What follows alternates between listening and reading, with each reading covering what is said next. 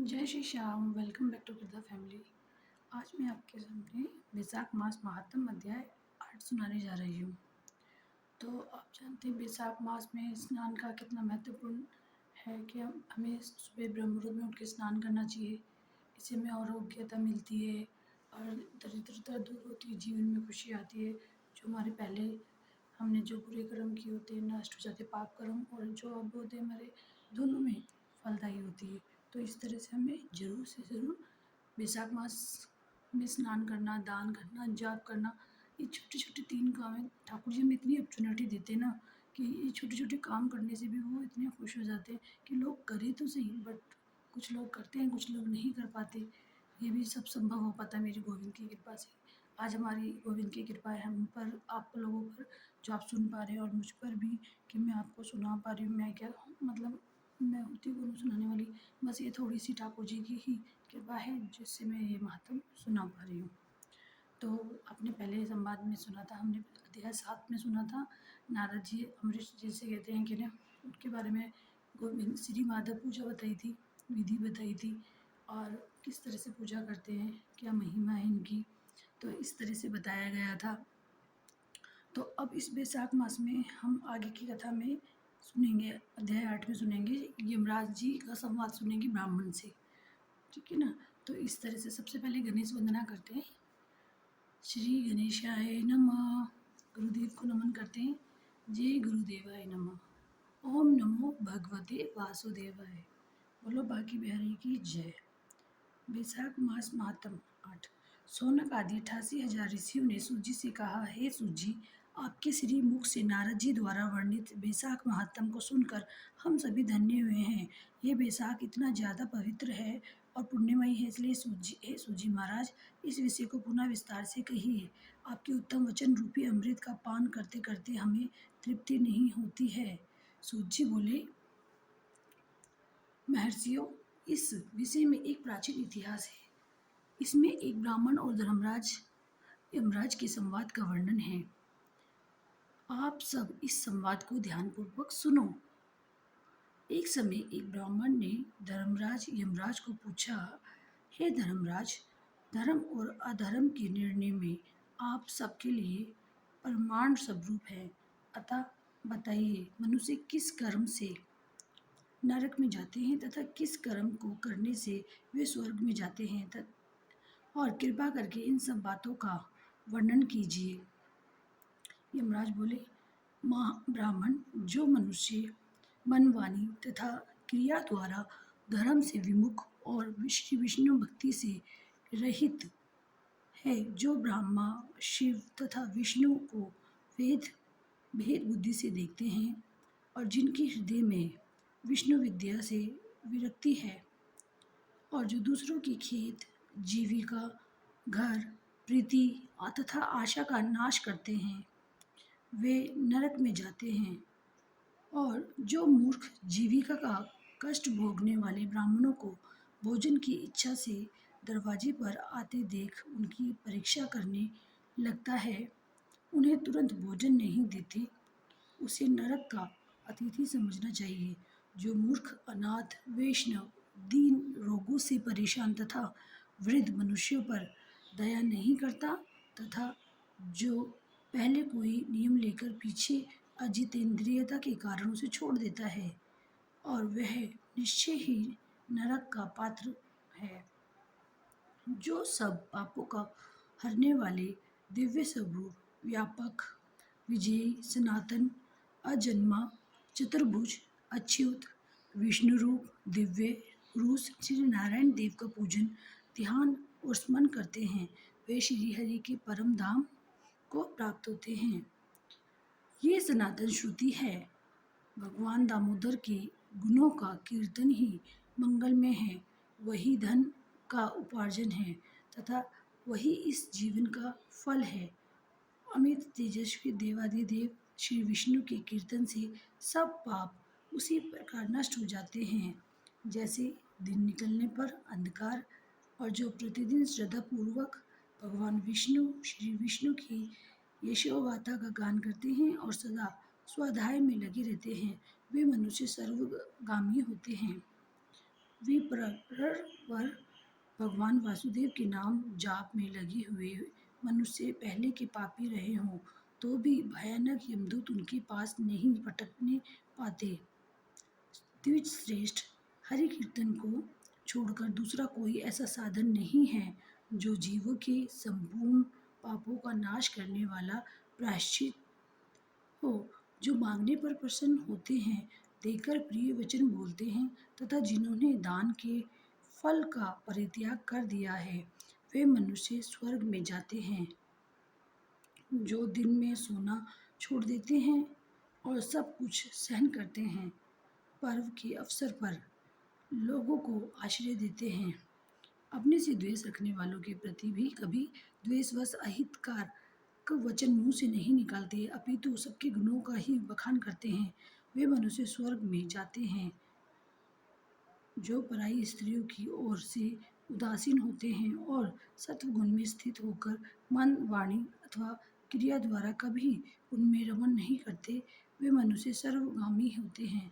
किसी भी कुल में उत्पन्न होकर जो दयालु, यशस्वी, उपकारी और सदाचारी होते हैं, वे मनुष्य स्वर्ग में जाते हैं। जो व्रत को क्रोध से, लक्ष्मी को ईर्ष्या से, विद्या को मान और अपमान से, आत्मा को प्रमाद से, बुद्धि को लोभ से, मन को काम से तथा धर्म को कुसंग से बचाए रखते हैं, वे मनुष्य सर्वगामी होते हैं। विप्र, जो शुक्ल और कृष्ण दोनों पक्षों की एकादशी का विधिपूर्वक उपवास करते हैं, वे मनुष्य स्वर्ग में जाते हैं। समस्त बालकों का पालन करने के लिए जैसे माता बनाई गई है तथा रोगियों की रक्षा के लिए औषधि की रचना हुई है, और उसी प्रकार संपूर्ण लोगों की रक्षा के निमित्त एकादशी तिथि का निर्माण हुआ है। एकादशी के व्रत के समान पाप से रक्षा करने वाला दूसरा कोई साधन नहीं है। अतः एकादशी को विधि पूर्वक उपवास करने से मनुष्य स्वर्गलोक में जाते हैं।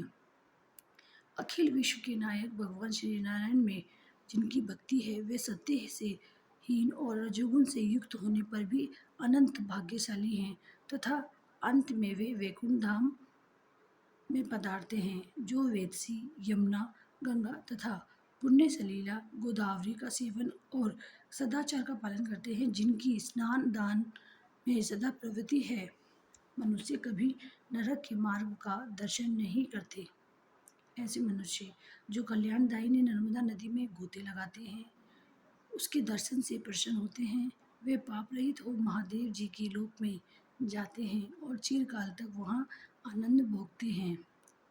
जो मनुष्य चंबल नदी में स्नान करके सोच संतोष आदि नियमों का पालन करते हैं, उसके तट पर विशेषता व्यास आश्रम में 3 रात निवास करते हैं, वे स्वर्गलोक के अधिकारी माने गए हैं। जो गंगा जी के जल में अथवा प्रयाग, केदारखंड, पुष्कर, व्यास आश्रम या प्रभा क्षेत्र में मृत्यु को प्राप्त होते हैं, वे विष्णुलोक में जाते हैं। जिनकी द्वारका या कुरुक्षेत्र में मृत्यु हुई है, अथवा जो योगाभ्यास से मृत्यु को प्राप्त हुए हैं, अथवा मृत्यु काल में जिनके मुख से श्री हरि इन 2 अक्षरों का उच्चारण हुआ है, श्री हरि, सभी भगवान श्री हरि के प्रिय हैं। विप्र, जो द्वारिकापुरी में 3 रात भी ठहर जाता है ना, वे अपनी 11 इंद्रियों द्वारा किए हुए सारे पापों को नष्ट करके स्वर्ग में जाता है। ऐसी वहाँ की मर्यादा है।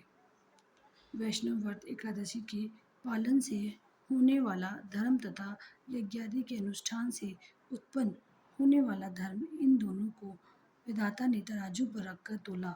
उस समय इनमें से पहले का ही पलड़ा भारी रहा। ब्राह्मण जो एकादशी का सेवन करते हैं तथा जो अच्युत अच्युत कहकर भगवान नाम का कीर्तन करते हैं, उन पर मेरा शासन नहीं चलता। मैं तो स्वयं ही उनसे बहुत डरता हूँ। जो मनुष्य प्रत्येक मास में एक दिन अमावस्या को श्राद्ध के नियम का पालन करते हैं और ऐसा करने के कारण उनके पितृ सदा तृप्त रहते हैं, वे धन्य हैं, वे स्वर्गगामी होते हैं। भोजन तैयार होने पर जो आदरपूर्वक उसे दूसरों को परोसते हैं, और भोजन देते समय उन जिनके चेहरे के रंग में परिवर्तन नहीं होता, वे शिष्ट पुरुष स्वर्गलोक में जाते हैं। जो मृत्यु लोक में, इस तरह से इसमें बताया गया है, जो मृत्यु लोक में भी जाते हैं तो उनके बारे में यमराज जी बताते हैं। जो लोग खाना खिला देते अच्छे से, मदभाव नहीं करते, तो उनके लिए बताया कि मृत्यु लोक के भीतर भगवान श्री नारायण के आवास का बद्री का आश्रम में नंदा सरस्वती के पर 3 रात निवास करते हैं। वे धन्यवाद के पात्र और भगवान श्री विष्णु के प्रिय हैं।